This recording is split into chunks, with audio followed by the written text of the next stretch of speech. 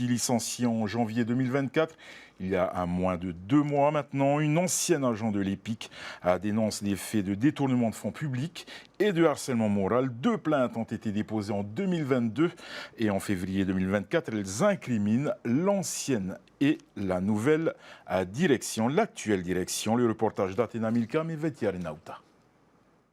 L'or noir de Polynésie cacherait-il des zones d'ombre?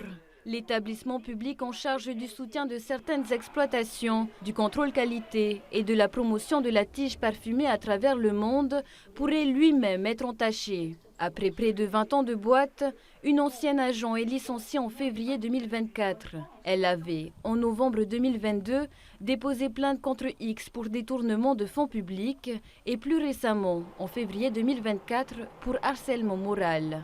Des plaintes qui incriminent respectivement l'ancienne et l'actuelle direction.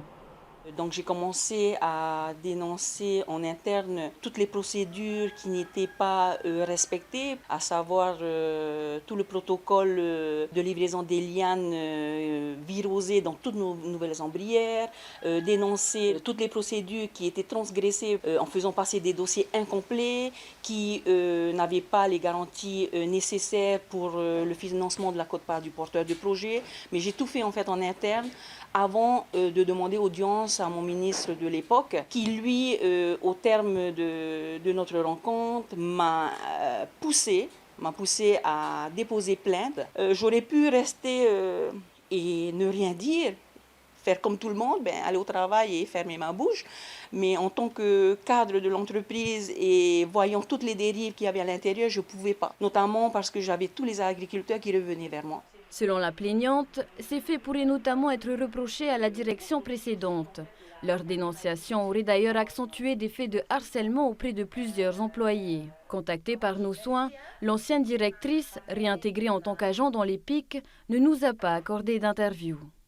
Pour donner suite à notre discussion téléphonique, j'ai mis ma direction au courant de ce qui se passe et cette dernière me demande de ne pas réagir ni d'intervenir pour un droit de réponse aux attaques de Madame X. À ce jour, la plainte pour détournement de fonds publics apparaît encore en cours d'enquête auprès des services de la gendarmerie. La seconde, plus récente, est en cours d'examen par un magistrat. Déposée sur conseil de certains élus de l'actuelle majorité, elle vise cette fois-ci la nouvelle directrice de l'EPIC Vanille de Tahiti.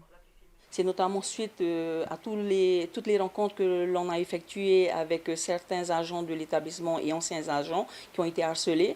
Donc les élus m'ont motivé à déposer cette plainte contre la nouvelle directrice parce qu'ils estimaient que c'était trop grave. Elle s'était engagée auprès du collectif des agents harcelés pour faire cesser ces troubles au sein de l'établissement et surtout toute la souffrance que les agents ont subi et qui continuent à subir d'ailleurs. Et donc moi je m'appuie aujourd'hui sur la faute inexcusable de l'employeur parce que j'estime qu'aujourd'hui toutes les autorités compétentes ont été saisies, ils nous ont entendus, mais rien n'est fait en fait. Également sollicitée par notre rédaction, l'actuelle direction de l'EPIC Vanille de Tahiti a également refusé notre demande d'interview.